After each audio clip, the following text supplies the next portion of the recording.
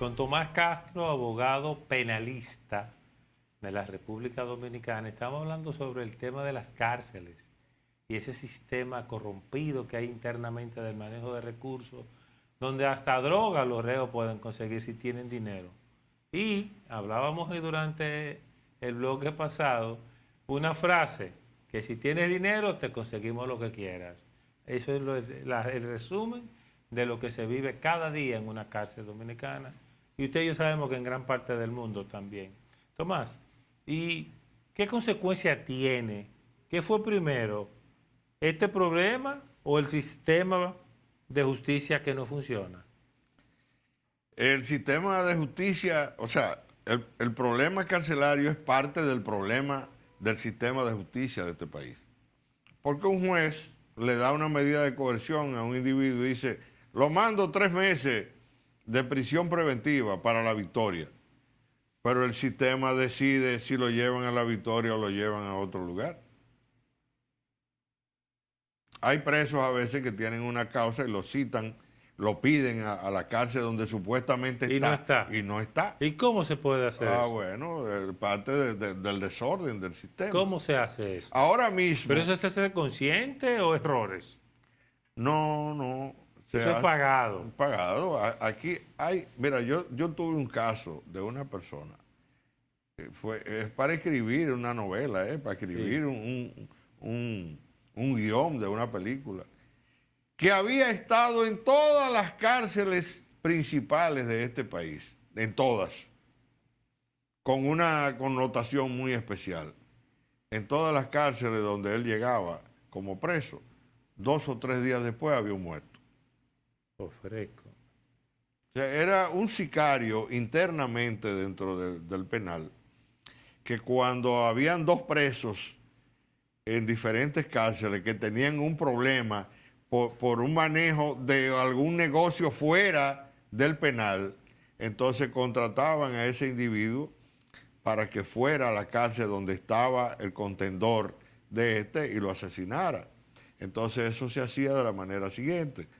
Se hacía una solicitud de traslado de ese preso, se pagaba lo que la Dirección General de Prisiones pedía para cada traslado, porque se pedía dinero, eso costaba, tiene un costo.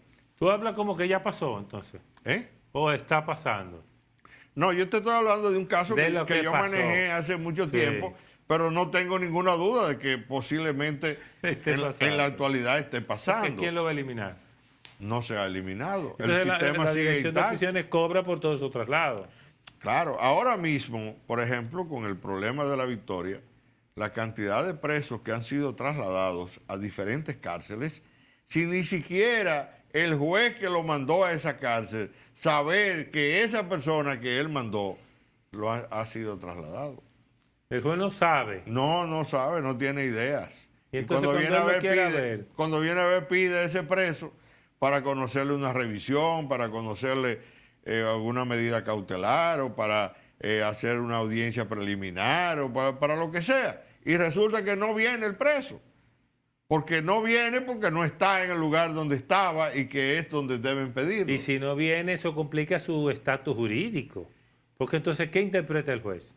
Bueno, el juez entonces interpreta lo siguiente, que ese es otro problema. El juez interpreta... ¿Qué se fue? Que el alcalde de la cárcel, quien administra esa cárcel, entonces para la próxima audiencia lo citan a los fines de que explique al tribunal por qué ese preso no vino. Y en muchos casos a alcaldes de algunas cárceles le ha sido impuesta sanciones por parte de los jueces por no haber venido el preso. Entonces el alcalde va a venir y decir, mire, ¿por qué no vino? ¿Por qué usted no mandó a fulano de tal que lo mandamos a buscar en tal fecha? Y el alcalde va a decir, mire, es que esa persona ya no está ahí. Y el juez, ¿cómo que no está ahí? Porque allá fue que yo lo mandé. Bueno, pero lo trasladaron. ¿Y quién lo trasladó? Bueno, con una orden, con un oficio, con una decisión de la Dirección General de Prisiones de la Procuraduría General de la República. ¿Y ese otro negocio? Ese es otro negocio, los traslados.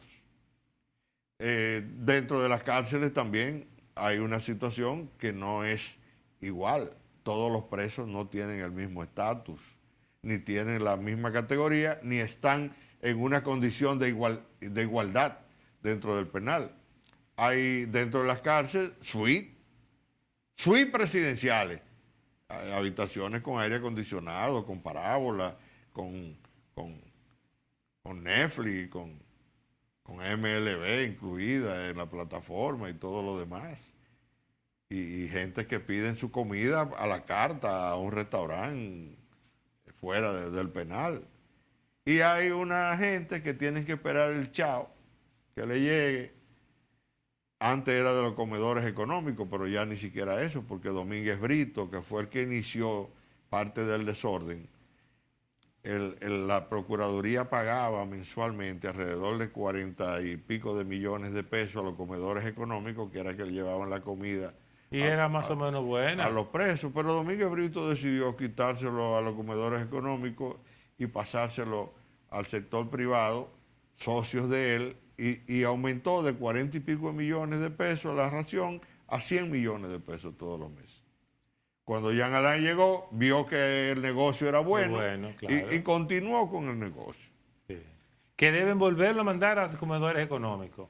La Procuraduría lo que tiene que administrar en justicia. una ocasión, los comedores económicos servían la comida del mediodía, pero el desayuno y la cena se hacía en el mismo penal. Exacto. O sea, los penales tenían varios asuntos importantes. Tenían una panadería, que los panes lo hacían los mismos presos. Y producían la cena a base de avena, de chocolate y una serie de cosas, con pan y una que otra cosa, pues hacían lo mismo, pasaban el desayuno. Entonces la comida la servía los comedores económicos. Pero como te dije, vieron que había un negocio de por medio y quitaron todo eso. Y al final, ahora no se sabe quién sirve la comida. Cuando tú dices que Domínguez Brito fue quien dio lugar a eso, ¿te refieres solo a eso o a la parte de lo que hasta hoy tenemos como sistema de justicia que no sabemos por dónde que la podamos agarrar? Son parte de un todo, porque es un, como le llaman, eso es un pool. Eso es todo un esquema. No es una sola cosa. Global. Sí. Todo es parte del sistema, donde todo vale dinero y todo cuesta. Todo deja dinero. Sí, porque todo es un negocio. Todo es un negocio. E incluso, en un momento, los presos, para llevarlo a justicia, tenían que pagar. Porque no cabían todos en la guagua. O no había suficientes esposas para ponerle, o no habían suficientes policías para llevarlos a los tribunales. Entonces había un costo. Tú quieres ir a justicia, tú tienes que pagar tanto. O sea, que pagan por todo. Por todo. Si no, no te montan la guagua. Y muchos al final terminan pagando con su vida. Así mismo. Así mismo. Si usted no tiene para pagar, usted no tiene nada. Si tiene para pagar, usted lo tiene todo. Tan sencillo como eso. En sentido positivo y en sentido negativo. Por ejemplo, yo te puedo decir, un preso que está esperando una decisión que se está negociando a su favor y el abogado o la persona que está detrás de él le dice, mira, no vaya a justicia porque si te conocen el juicio te van a condenar a que 10, 15 años. Y que. Entonces, cuando llega la lista de los presos, el preso no apareció. Nos cansamos de llamarlo y de vocearlo y no apareció. Y había que irse. Y por eso no vino. Y eso tiene un costo también. Un precio. Eso tiene un precio. ¿Y qué no tiene precio entonces? Pero hay cosas más graves todavía. ¿Cómo cuáles? Tú tienes un amigo que está preso y un día tú vas a un restaurante a tomarte una cerveza o a comerte una comida y te lo encuentras ahí. Fulano, ¿y tú no estás preso? Sí, pero a veces me dan un día libre para yo salir a a coger aire para la calle. Entonces no son cuentos de camino, de que en la medida que la gente tiene recursos, como muchos turpenes que han estado en las cárceles, y lo veíamos aquí en la capital a veces. Sí, claro. Pero yo te voy a dar un dato que es dramático. Los que mataron al senador Darío Gómez estaban presos. Y cuando lo mataron. Cuando lo mataron, estaban presos. Supuestamente. Y después de haberlo matado, ¿qué hicieron? Volvieron para la cárcel. Que cuando dijeron, fue un fulano y fulano, Eso está demostrado. dijeron, no es posible porque esa gente estaba presa. Eso está demostrado. Sí, demostrado, claro. Con sentencia. Sí, sí, sí. No, pero es increíble. Estaban presos. O sea, ellos estaban presos, razones bien, salen a hacer su trabajo Y vuelven, para la a hacer cárcel. para atrás. Y reconocen que lo hicieron. Sí, porque la investigación así lo determinó. Yo recuerdo una película muy interesante que se llama Un ciudadano ejemplar, que el individuo estaba preso, pero él había hecho un túnel de una casa cercana a la cárcel que él había comprado y por ahí él salía por su túnel, hacía todo lo que iba a hacer y volvía para la cárcel. Y porque le habían matado a su esposa y su hija, y entonces el tipo mató al fiscal, mató al juez, mató al que le mató a la mujer y todo, y el tipo preso. Fulano No había está manera de imposible que sea fulano porque ese señor está preso. Entonces aquí esos ciudadanos ejemplares son verdaderos ciudadanos ejemplares. No te quepa la menor duda que todo lo que yo te estoy narrando me estoy quedando corto de cosas que yo te puedo narrar aquí que pasan. Una vez en La Victoria se armó un pleito en una discoteca, en una cosa, y resultó una persona herida y otro muerto. Y esa gente estaban presos en La Victoria, en la cárcel. Registrado. Registrados como presos. Y estaban en una discoteca. ¿Y entonces cómo salieron? ¿Cómo volvieron? ¿Volvieron para allá? O con el comandante. El comandante. O con escolta. Yo tenía un cliente que estaba preso. Y estaba preso en el interior del país. Y entonces teníamos audiencia aquí en la capital. Cuando tenía audiencia, él venía del pueblo de donde era con un guardia que era que lo conducía aquí. Y entonces cuando ellos llegaban aquí se hospedaban en un hotel de estos aquí en la capital para entonces al día siguiente ir a la corte. Y ese día yo llego a la corte y veo a estos dos tigres con una resaca encima. Y digo, ven acá.